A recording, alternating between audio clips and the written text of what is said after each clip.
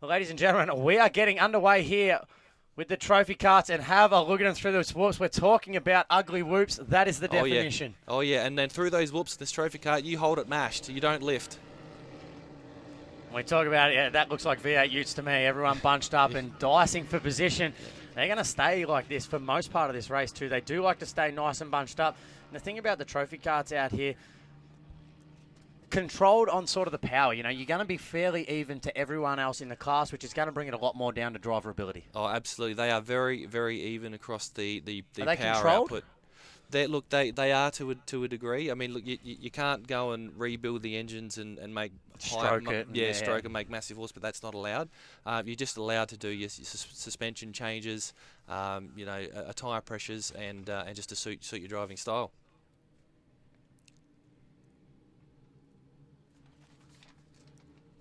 And we're just looking to pull up some driver lists at the moment, but what a three-way battle we have. Just getting everything in order. This is, of course, going to be the first race of the day. And what a ding-dong battle we're having out there at the front at the moment. And this is what we love to see. Look at this, even in the back of the pack. So we're talking here for 5th, 6th, and 7th place.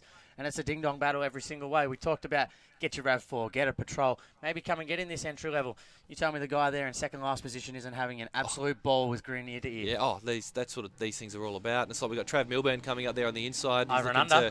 Oh, yeah. Whoa. He's getting squirrely, and I think that door's just come open there too, that left-hand side door. So not exactly what you want, but that is how well you are strapped in. You even see just the helmets there. Now, that's quite a rough landing there. Very little movement. You don't feel the pain in the neck, the head. Actually competing in Fink, the only place I did feel it was in my kidneys. I didn't wear a kidney belt, and next time I would definitely wear a kidney belt. Yeah, those whoops definitely say hello to your kidneys. Oh, you bottom out. You just feel that shock just blow right through. Yeah. We actually blew one of our shocks on the way home, so probably 2/3 of the way home is just bottom out. No, you don't get want to the Cairo when you get home and straighten you out. Yep. My trophy made it feel all right, though. That's good. And that door is indeed open, but you have a look at this. The amount of counter steering going on here, they really do handle like a miniature trophy truck. The way you counter steer, the way you get on the gas early to really turn with the back end of the cart. Oh, totally. And they're a live rear, and that's exactly how you turn them. But there is a fine line with them. If you push them too hard, they will spin out on you. Yep. So these drivers are all doing a great job. They're all very skilled. This is hard pack out here too. Oh, you can't actually see. You go slick on that, kick your foot across the top. It's going to be that hard pack rock noise. Have a look at it. Here we go. Run through the whoop. Can he get the inside line? He looks like he could have position this time around. Indeed, he has shut the door, but how about the inside line? The orange machine shooting straight up to the front, and he looks like he's had a good run all the way down. He's looked to see if he can punch around the outside, and we're already starting to see the first of that dust really blowing through. Of course, this is the non-dusty part of the track as well. Yeah. Yep, so that top sort of moist layer has definitely been blown off the track now, and they're right down to the dust. Yeah, definitely going to be dusty conditions. It's good to see a bit of that wind blowing the dust straight across the track. I know at Fink, during the day, you know, you drive in the later stages of your session, not so bad. The morning though, you take off at 7:30 and there's not a breath. Forget about it. You're looking at canopies of the trees to sort of tell where you can go straight. That's the only way you can drive in the dust. I was navigating my brother, and he was staring at me, and I'm looking straight up. What are you doing? Well, I can't see the ground, so I'll look at the tops of the trees, and we'll just aim for the middle bit. That's all you can do. We only ran off the track a couple of times. That's all you need. So they've got the Australian #1 there, entry of Trav Milburn. Looks like he's taken the checkered flag. And he has indeed. So Milburn there with the first of our Trophy Kart races.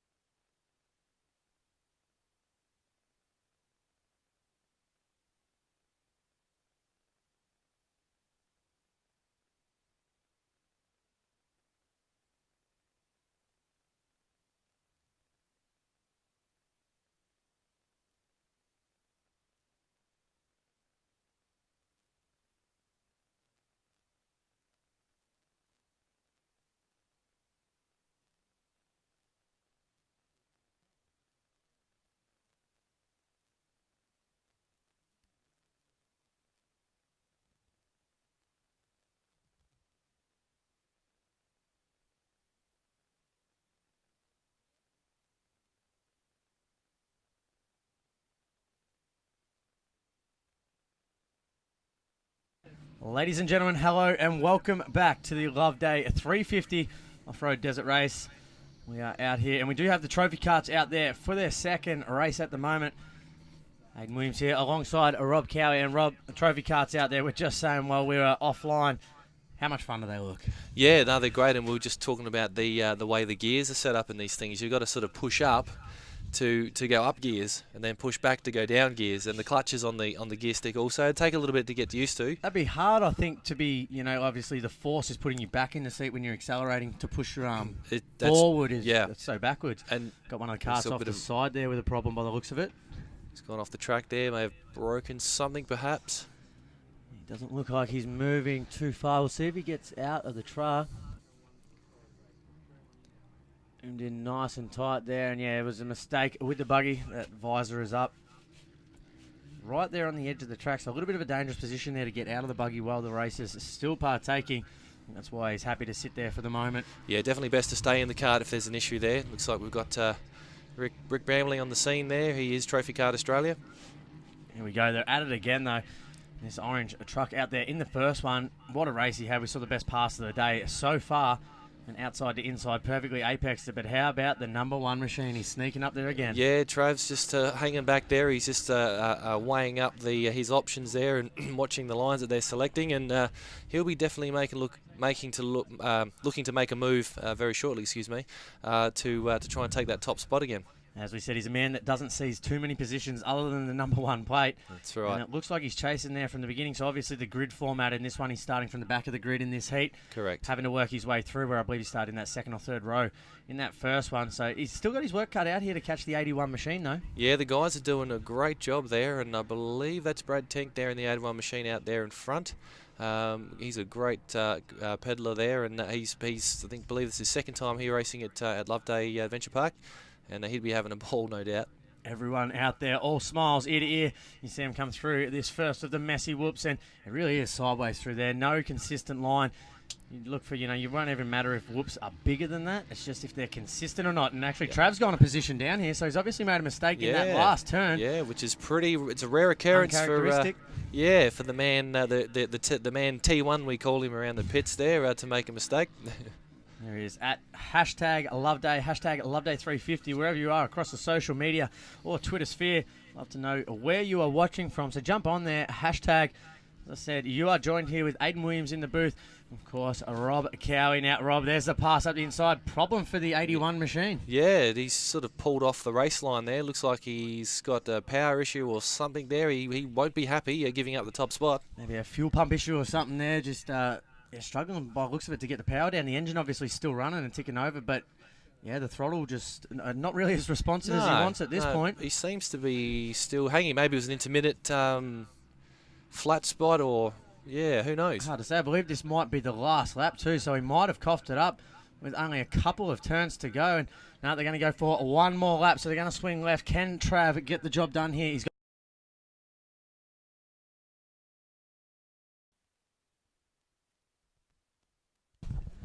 Hello, ladies and gentlemen, and welcome back to this NRG TV's live coverage of the Loveday 350. We've got the Trophy Karts out there once again for their third race of the day, and have a look at the conditions now. That dust is rolling through. Yeah, it's really dusty now, and look, you wouldn't want to be sort of mid to the back of the pack there. The boys got the work cut out for them, indeed. The boys out front at the moment. This is the 1 and 2 in category at the moment, how I'd put it. Obviously out front, winner of the first one, and then, of course, our big number one machine there, who's just been dominant. Came from the back row of the grid. He's working his way up the front. I love how these things turn so early in the apex of the corner. Just pitch it sideways and hold it wide. Oh, they're really agile, and they will turn on an absolute dime. And look, I was having a bit of a chat with Trav Milburn there, Australia number one, in the interim, and he was doing a little bit of work to the front of his kart there, and they're just setting the right height on the front. So he's trying to look for a little bit more of an advantage, because he was looking for that top spot there in that last race. Yeah, he was just unable to get it done just on the line there. There was a couple of little mistakes there, which is such uncharacteristic mistakes from Milburn. So, yeah, little interesting to see that, but he has got a better start out in this one. He's up near that front row of the grid. Yeah, that's it's like Brad Tink there, the number 81 TK there. It looks like out in front. He's run that whoops very nicely. How well did that thing just handle really the nice, whoops? yeah. really squatted in the back end. Like you watching Travs is more so jumpy in the front. Maybe that's why he's trying to adjust that ride height, get a little bit more rear squat. Yeah, he's looking to gain speed over the whoops. So, but looks like Tink's got the advantage there over the whoops. That is dusty. That's very dusty. That's what driving things like. That's absolutely driving. Any dry off-road race, you know, you've just got a whole view full of dust. Yeah, when you can't see your hand in front of your visor, there's concerns. That's when you know it's dusty. About, though, you look at the canopies of the trees, openings between them, and just aim for that middle part. Yep. Here, yeah, it's a circuit. Yep. You can run off the track. That's easy, right. Just here. Absolutely. But you can see where they've put the water and the watered sections. It's sort of a bit clearer to see and bit nice for the drivers. Yeah, the straights are holding up really well. It's where they're under the braking and obviously accelerating through these more blown out, bull dusty parts of the section. That's where Milburn's the fastest, I think. That right-hander, he sets himself up way early in the right-hander before it. Those two tabletops and then that second right, he's handling it very, very well. But we'll see if we can get a bit of a look here now through the whoops once again. So they come out there hopefully side by side. Yeah, looks like they are. Yep. Oh, no, look. That run to the right-hand side of the whoops, he just looks like he's got it absolutely dialed. How's that for a shot, though? The that's angle a great around shot. The corner. That front buggy, it really does squat well in the rear end. It does, and that looks like that's his advantage there at the moment. He's really getting the power to the ground and keeping that chassis nice and level. Now, having a look at it on screen, I just walked over there and had a bit of a walk around the pits and had a bit of a chit-chat to Tony about that rollover. They're even smaller than I thought. Yeah. They're tiny. I feel like I could just roll that thing myself, just pick it up, but... No, they're very quite compact, and they are you can literally pick them up. To give you a bit of size scale for that, they're quad tyres. I thought they'd be bigger UTV tyres. They're actually quad tyres. They're actually quad tyres off of like wife said, 450s and bolt straight quads. On. Yeah. Yep. Look like a whole lot of fun. Yeah, absolutely. It looks like Milburn got past. Yeah. So maybe a mistake there for Milburn that we didn't see off screen. It's actually in the part of the track that he seems to be the strongest in those hairpins, so not really sure. No, that's not even Milburn there. I think he's actually gone down. Well, that's 28 there, Jed Bramley. He might have have over the back. That was an all-black buggy. No, he will not be happy with that. Wow, so interesting to see what happens there. As we know, these things are very, very reliable. They are. As we say, desert racing, anything can happen. Yeah. Well, when I raced my TK, I broke a tie rod and spat me off the track pretty quick. So, you know, while these things are very, very bulletproof, they're like everything does have a life expectancy. Something's got to give eventually. Yeah. Very, very dusty conditions. And it really is. You can see the sand more so sits down. That heavier sand does sit off the back wheels. That bull dust, however, across the top of these hard pack sections, that's where you really see it. Not even in the loamy sand sections. But these hard pack sections that just have the bull dust on the top. Yep. Yeah, blows it out, it settles straight back on top of itself again and happens the next lap. It does, yeah. Then the next car comes up and just blows it all up again. Very little wind out here again. Like, we saw the wind get up actually a little bit. Maybe an hour ago, it felt like there was a good breeze starting to roll through. If that's anything to go by, that breeze has definitely dropped right off again. But here we go. Bit of battling, and this is what we like to see from the little ones. These trucks, you can get too wide around pretty much every section of this track, so they're really not afraid to apex outside to inside and duck and dive, and that is indeed Milburn down there. Yeah, that's Milburn. He's out the cart and his helmet's off, so that's not good. He's not going to be happy with that one, especially giving up the win in that last race. He's coming here to be crowned the champion, and that one could be very, very costly for him. Yeah, indeed. He's given up a lot of points. What is the point scoring system, how it works in these circuit races? Obviously, it's an overall time accumulation in the bigger races. Is it the same for here? It's similar, yeah. Look, there is a points allocation to each race and each heat, but I know there is only, I believe it's 3 points between Milburn and the number 28 of Jed Bramley, who's on our screen right now. So, yeah, look, it's a tight race, and this will be a decider for that, no doubt. And that is the dustiest section of the track there. Yeah, very dusty. Down those three tables. That's what we're talking about. Hard pack, up ramp to down ramp. And it's very, very dusty. It's not long now until we go back to our bigger premier classes. And of course, they're going to be going out there on that 35-kilometre loop. One man that won't be doing that, however, Tony Waitley, we did see him drive the Loveday 350-metre straight down the start straight and then end for end it. And we both went down there, Rob, had a look at that buggy. Yeah, no, that's seen better days. Yeah, it's seen better days and has some damage indeed there. But the 28 of Jed Bramley doing a really good job there. He moved up in the second place, and he wants to sniff out Mr. Tink there and take that top spot. And Jed's doing a really good job. He would have seen that number 1 machine off to the side of the track, knowing that this is where he can really accumulate those points. Checkered flag is out. Great drive for all of our boys, but unfortunately it's going to be Milburn, the one who's not going to be happy with this one. No, not at all. It's going to be very, very costly to the points chase. Just shoot out of the start line. So as soon as the safety ute, we call it, pulls off the track, then it'll be, it's green light, green flag down, and they're off and racing. An absolute rocket ship of a start, and this left-hand side of the whoops has been the better of it. How about the far inside line? Looking to get right up the inside. How about that, Trav? Straight to the front, holds that line consistent. Yeah. Now, these little wheels haven't seen the track like this. This thing is completely flipped on its head to when the last time they saw it. Yeah, so look, definitely a lot more moisture on the track now, but still just still really dusty. But looks like the wind's up down, that breeze is holding, which is definitely helping blow that dust off the side of the track. So looks like Trav Milburn, they're just starting to check out from the 28 Trophy Kart Australia entry there of Jed Bramley.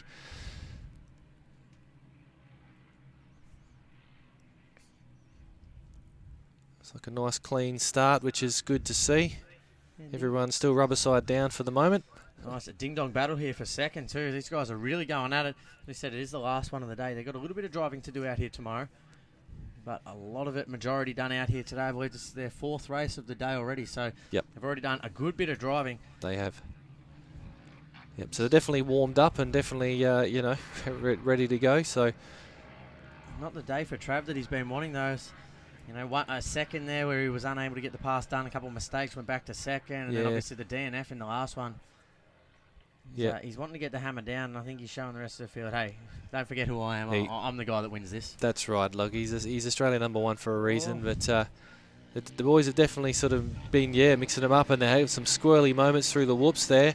But look, the only way to run these things through the whoops is just mash. You've just got to hold them flat and just point and shoot. I hope she doesn't unload. Yeah, they can tend to buck and kick if you haven't got it quite sort of square, but you just hold on and just keep it flat. So yeah, Trav Milburn really checking out here now. So he is making his intentions really clear to the rest of the field that he wants to win, and he wants to win by a good margin. Oh, right up the inside, and he's clipped the inside of his wheel there. The 3rd place driver is trying to punch up the inside as hard as possible. However, in these conditions, very hard to pass now. A lot of the traction out of the insides of these turns, well, that is pretty much gone. So you're going to need to look for those wider lines, carry a lot more of your momentum, which is what Trav's doing out the front at the moment. Very, very well. Yeah, he's right on that wide line just to try and find that traction there to get that drive. So that's a big advantage of the clear track too. You're not worried about trying to duck underneath someone or the dust or anything. I'm picking my line, the fastest line on the track. Exactly. Nice clear run in front of him. No one to sort of dodge and avoid. And great run through the whoops. Yeah, that was a really good run. It's like Jed there just still holding off. Looks like, I think it's Kobe there in 3rd position there. Right on his tail there of the 28 entry there of Jed Bramley. Are they big steering wheels? They look, just as they came past there, like quite large steering wheels. Yeah, they're about a 13-inch steering wheel. Yep. So you need that size steering wheel because then there's no power steering to assist. It's just a rack and pinion sort of setup. No power steering at all. There's no power steering, so you need that size for leverage to turn them. It's got to be a handful through those whoops. They are a handful, you know. It's not as easy as it looks. These skilled drivers make them look quite easy to drive, but you've got to be really on your A game to keep them pointing in a straight line. They just want to spin out. Yeah, and they do. And you can hang them sideways to a degree, but when you just go that little bit further, just to that degree more, then they'll just break sideways. There should only be about 2 laps left in this one, I think. He's going to be Milburn, who'll be looking to receive that last lap board first. And yeah, you can see the hands on the tops of the steering wheel. They're really wrestling them as they come into these corners, trying to get as much counter steer out to get that power down. Yeah, and you can wrestle with them, especially through the whoops, to try and keep them going where they should be. But again, like the off-road cars, look, the harder you push them, the better they respond. So one off to the left there, and so that's where it's really a handful when those as you said, no power steering. Wheel dives left, wheel dives right. You've got to be on your A game to catch it. You do indeed. Because they can catch and they can bite, just like any other race car. It's a good thing they got that water down because it is very dry conditions out there now. Yeah, so it was worthwhile that extra 5 odd minutes of waiting just to get that extra moisture down. So the boys running a nice clean race here at the moment. Yeah, not too much ducking and diving that we've seen at the moment. They're all fairly happy to sit in their grooves. Maybe, with the power being so even, looking for that last lap sprint, that just one quick one down the inside. A lot of them looking for the right-hander just 2 turns before the finish, coming out of that right-hander. The inside still has enough traction that if you can get on it, looks like you can get the run over these tabletops and sets you for the inside of the next one. But yeah, that's absolutely, yeah. No, and there's that inside line. You miss that hole. It's not too bad at all. Yeah, you really got to think a couple of corners ahead when you're racing these. You really got to plan your entry and exits for you're coming into to that particular corner for that next corner as well. So set it up 3 turns early. Yeah, absolutely. All drivers on the gas here. Bit of that rear shroud has busted out of its brackets, I think. It's just holding on. Looks like that 37 entry there got past the 28 entry of Jed Bramley there. So yeah. So Jed passed one up a bit wide there on the line. yeah. Maybe sat a little bit too far sideways, had to counter steer, sit her back up and go at it again. Yeah, yeah. And when you brake sideways and you go past that point, you've just got to get off the gas and just catch it. Shouldn't be too long left in this one, ladies and gentlemen. Of course, you are tuning in to the Loveday 350 here on NRG TV. Hope you are enjoying all the action, have enjoyed all the action throughout the day. Trav Milburn as he's coming around to tick another lap off in the Trophy Kart. We're looking to see. Looks like, sorry, yeah, it looks like Trav Milburn's lost his door at some point there because we can see straight into the cockpit. Yeah, it's come off at some point. Oh, big roll over at the here back. We go. Yeah. We've got some action there in the last turn. So a big tip over there, and as you said, it just sat up, hooked a point. Yep. Such short wheelbase, such narrow wheelbase, it can't take a whole lot once these sit up to go nah, over. Once they get to that point, they're over. Now he's probably going to elect to stay in the car there, right on the outside apex of that corner. Yeah. They'll just push him back on his wheels, and if it starts, we'll just keep going because that's what we do in Trophy Kart. Yep. Yeah, good. Yeah, just bang, keep going. Did that with the race when I raced here last year at the Loveday 350, and I was racing Trophy Kart. Tipped it on its side in the corners, pushed me back on the wheels. I just kept racing. Yeah, perfect. So they're great. What would the overall weight be, you think, ballpark? I believe these weigh about 250 to 300 kilograms. Nothing. Yeah, they're light Absolutely as light. nothing. I mean, everything's billet, all the rear Yeah, arms. There's a good action replay there of. I actually went over a good couple of times there. Yeah. Yeah, he lost it from the inside of the bobcat. You see the fans on the fences clapping. We never want to see anyone get hurt, but we don't hate a good stack. Absolutely not. No, it always makes for good spectating. Here was another action replay. Yeah, he sit into it a little bit too early, and he sat out to that off camber. Yeah, just biked in that berm there, that corner. Gone. Looks like he may have been pushed back onto his wheels though. We'll see if he is still circulating out there. It's got to be getting close now to that final lap. Of course, it is going to be a dominant Milburn at the moment. So looking to take that all-important win once again. If we don't see Milburn shooting back down this straight. Yeah, and he's finished and he has taken the win. So Milburn takes the win again in this one. Chucks a little skid there for the fans, and why not?